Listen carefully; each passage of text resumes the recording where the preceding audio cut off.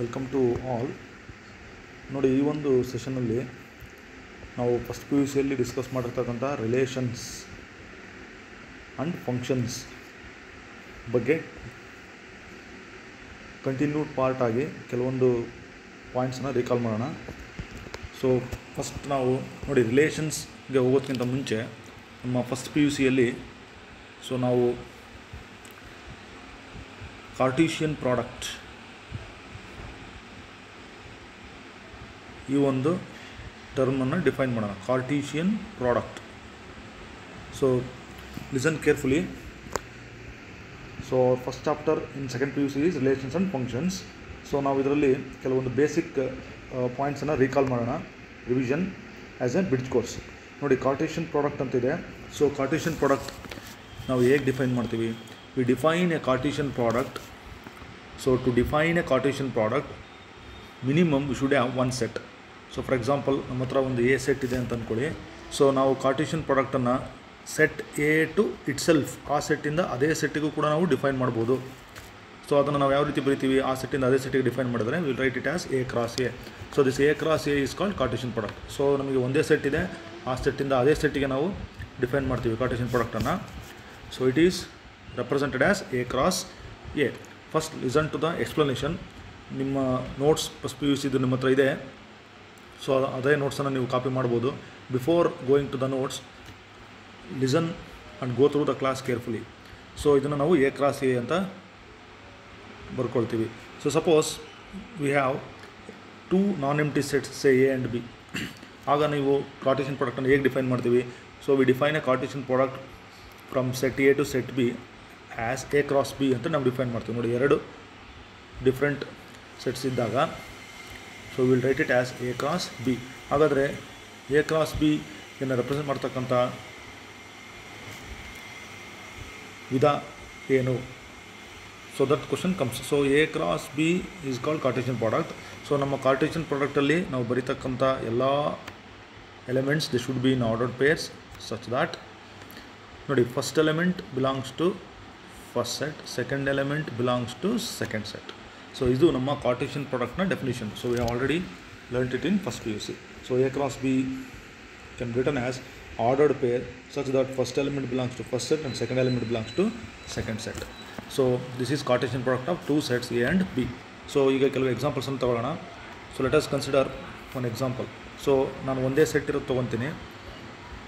So if A equals 1 2 3, then write the Cartesian product A cross A. That means from set A to itself. ನೋಡಿ, A cross A ಅಂತಂದಾಗ so ನನಗೆ ಅದೇ set repeat ಆಗುತ್ತೆ. So that A cross A, so ನಿಮಗೆಲ್ಲ ಗೊತ್ತಿದೆ, 1 1 1 2 1 3, then 2 1 2 2 2 3 3 1 3 2, ನೋಡಿ 3 3. So here V have 9 ordered pairs. So 1 1 1 2 1 3 2 1 2 2 2 3 3 1 3 2 3 3. So total ಎಷ್ಟಿದೆ ನಮಗೆ ordered pairs? 9 ordered pairs. So ನಮಗೆ ಕೊಟ್ಟಿರ್ತಕ್ಕಂಥ ಸೆಟ್ ಏನಾಗಿತ್ತು? 1 2 3. ಸೊ ನಮ್ಮ ಕಾರ್ಟೀಷಿಯನ್ ಪ್ರಾಡಕ್ಟ್ ನೋಡಿ, N of A cross A. So ನಮಗೆ ಎಷ್ಟು ಎಲಿಮೆಂಟ್ಸ್ ಇತ್ತು? 9 ಎಲಿಮೆಂಟ್ಸ್. ಸೊ ಅದರಲ್ಲಿ ನಮಗೆ ಸೆಟ್ಟಲ್ಲಿರ್ತಕ್ಕಂಥ elements 3. So from set A to itself ನಾವು ಡಿಫೈನ್ ಮಾಡಿದ್ವಿ. ಹಾಗಾದರೆ 3 into 3, totally how many elements we have? 9 elements. So this also we have learned in first P U C. Okay, this is first example. So let us go for second example. ನೋಡಿ, suppose so if A equals say 1 2, b equals 3 4. So I have two non-empty sets A and B. Then how do you write A cross B? ನೋಡಿ, set A to set B. So ನಾವು ಇವಾಗ ಏನು ಮಾಡ್ತೀವಿ? Ordered pairs. ನೋಡಿ, 1 3 1 4, very very simple. 2 3 2 4. Okay, so ಎಷ್ಟು ordered pairs ಇದೆ? 4 ordered pairs ಇದೆ. Observe ಮಾಡಿ, A cross B is equal to this is 1 3 1 4 2 3 2 4. So number of ordered pairs in our cross product, or that is Cartesian product, is 4. That is ನೋಡಿ, first ಸೆಟ್ಟಲ್ಲಿ 2 elements ಇತ್ತು, second ಸೆಟ್ಟಲ್ಲೂ 2 elements ಇತ್ತು. ಹಾಗಾದರೆ ನಮ್ಮ Cartesian ಪ್ರಾಡಕ್ಟಲ್ಲಿ so 2 into 2, so how many elements have 4 elements. So this is our second example. So in general, if a set has say m elements, then another set has say n elements. ಹಾಗಾದರೆ a cross b ಎಷ್ಟು elements ಇರುತ್ತೆ ನಮಗೆ, ಅವೆರಡನ್ನು ನಾವು multiply ಮಾಡಬೇಕು. So m cross n elements. So this is the first basic point we should know before going to the relation. So ಇದನ್ನು ನಾವು Cartesian product of 2 sets ಅಂತ ಹೇಳ್ತೀವಿ.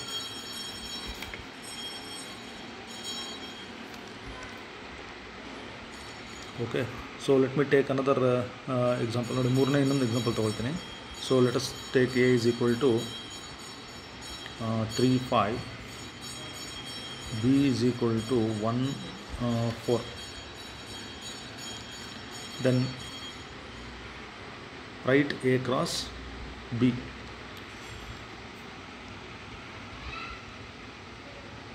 Okay, 3 5 1 4. So write a cross b. So if I try to write a cross b, we will get 3 1 3 4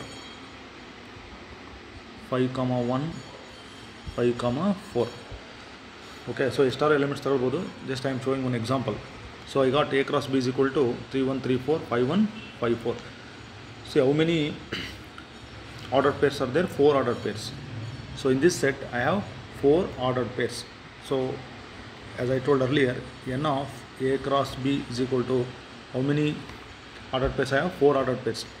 So 4 ordered pairs are 4 elements. That is nothing but number of subsets of a given set.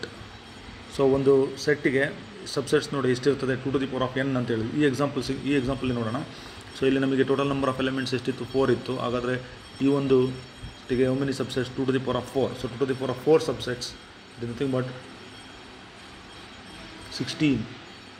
ನೋಡಿ, 16 subsets. So number of subsets of a cross b, they are nothing but 2 to the power of n. So ಈ point ಕೂಡ ನಾವು note ಮಾಡ್ಕೊಂಡಿದ್ವಿ. So in this session what we have learnt? So we have learnt the definition of Cartesian product of 2 sets. So Cartesian product define ಮಾಡಬೇಕಂದ್ರೆ ನಮಗೆ ಒಂದೇ set ಇರ್ಬೋದು, ಇಲ್ಲ more than 1 set or 2 or more non-empty sets ಇದ್ರೂ ಕೂಡ ನಾವು Cartesian product ಅನ್ನು ಬರೀಬೋದು. So Cartesian product can be written in the form of ordered pairs. That is called Cartesian product. Okay. So next let us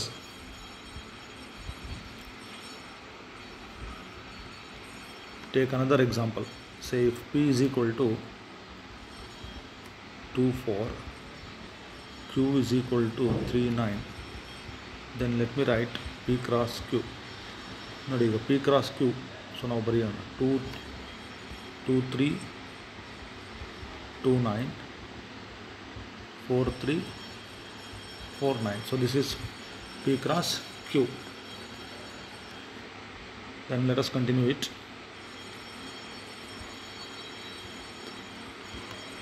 So this is my set.